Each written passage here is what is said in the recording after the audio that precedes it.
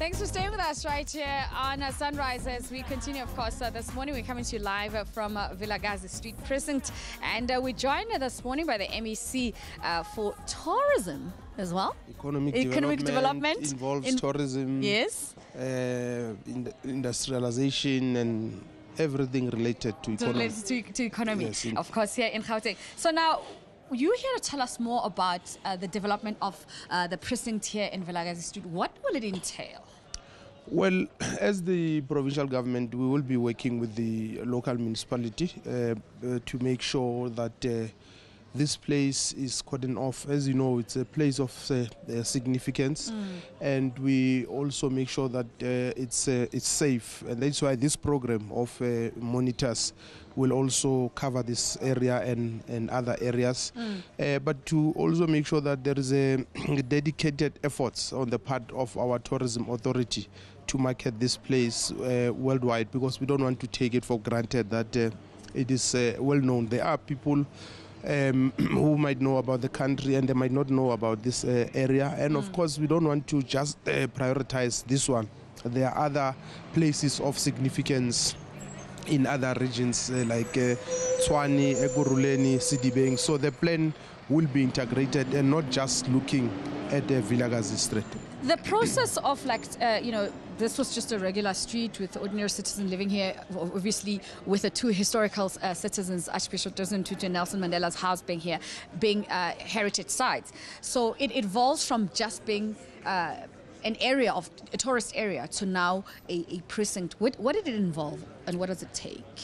Well, it's not yet declared because, as you know, there's a lot of businesses here, and there's Orlando Stadium here, there's residential areas, there's other places of historic significance like the Hector Peterson Memorial, and there's a youth memorial as well, museum. So it has to be looked as a package, all that, so that when we sell it to the world, we sell it as one package. But also, as you know, Soweto is a very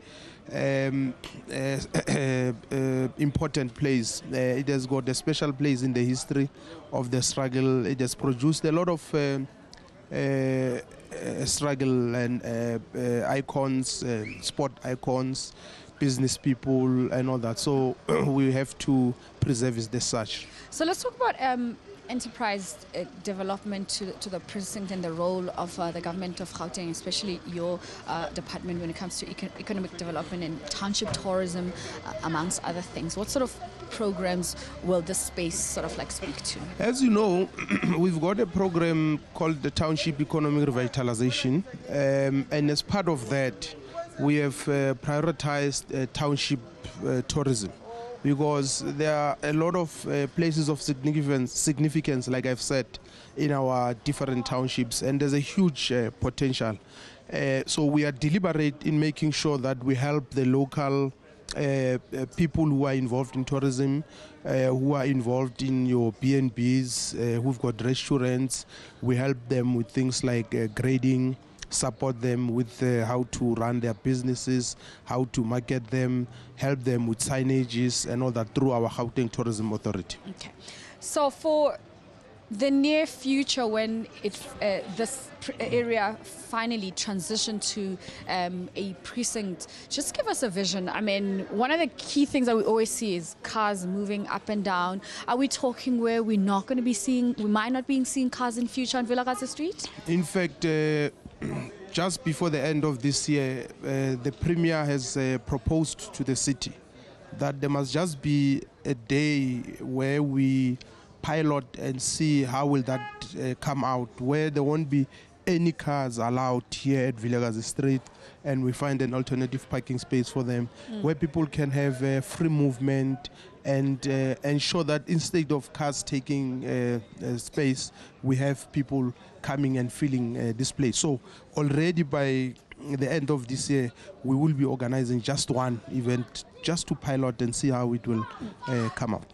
Challenges of crime, which is also what brings us here today in terms of like launching the Monitors program, which speaks to creating employment for young people and opportunities. How do you think the role of the community and business owners in this space and across the province who are in the tourist sector, what role should they be playing to help deal with some of those challenges? I think all citizens, all different stakeholders must cooperate with agents of law enforcement. That's the first thing. But the second thing, they must help to report crime. But thirdly, they must also invest in helping government to fight crime. We need to look at the use of technology like cameras and other forms that can help us to track these criminals and make sure that we are always ahead of them. So we would want business to contribute financially as well, because the resources at the disposal of government are limited. Okay.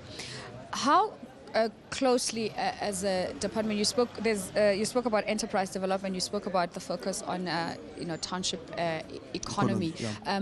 What sort of campaigns and program that are continuous for sustainability purposes that you have in place, so that when places like this finally evolve to that kind of precinct where it opens up more opportunities for locals to get into business, that they're ready and geared to take up those opportunities and they play their role? You don't find yourself with young people saying, they turned it into this and I was never part of it and I missed that. How prepared is Gauteng Tourism and of course your department? Well, we are very prepared as the provincial government. One of the things we are doing is to make things easy for small medium enterprises across the different sectors of the economy.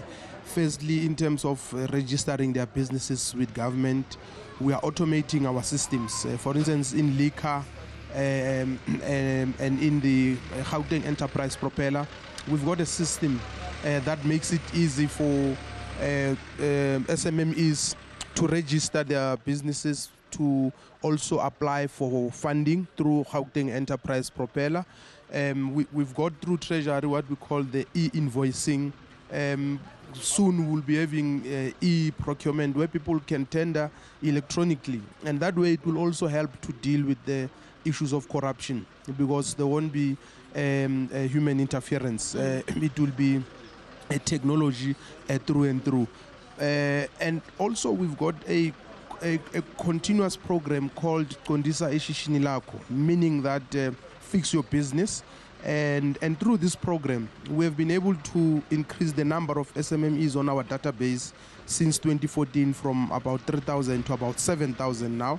We have managed to increase our procurement spend from about 600 million to 7 billion, especially on township-based enterprises.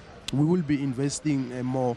Our main concern now is the sustainability of these businesses, so that we don't give them businesses and they still go back to big businesses. And that is why we are concerned and interested in making sure that they participate in the productive sectors of the economy, so that they can be able to circulate the rent. All right. Well, thanks very much for talking to us. Of course, MEC for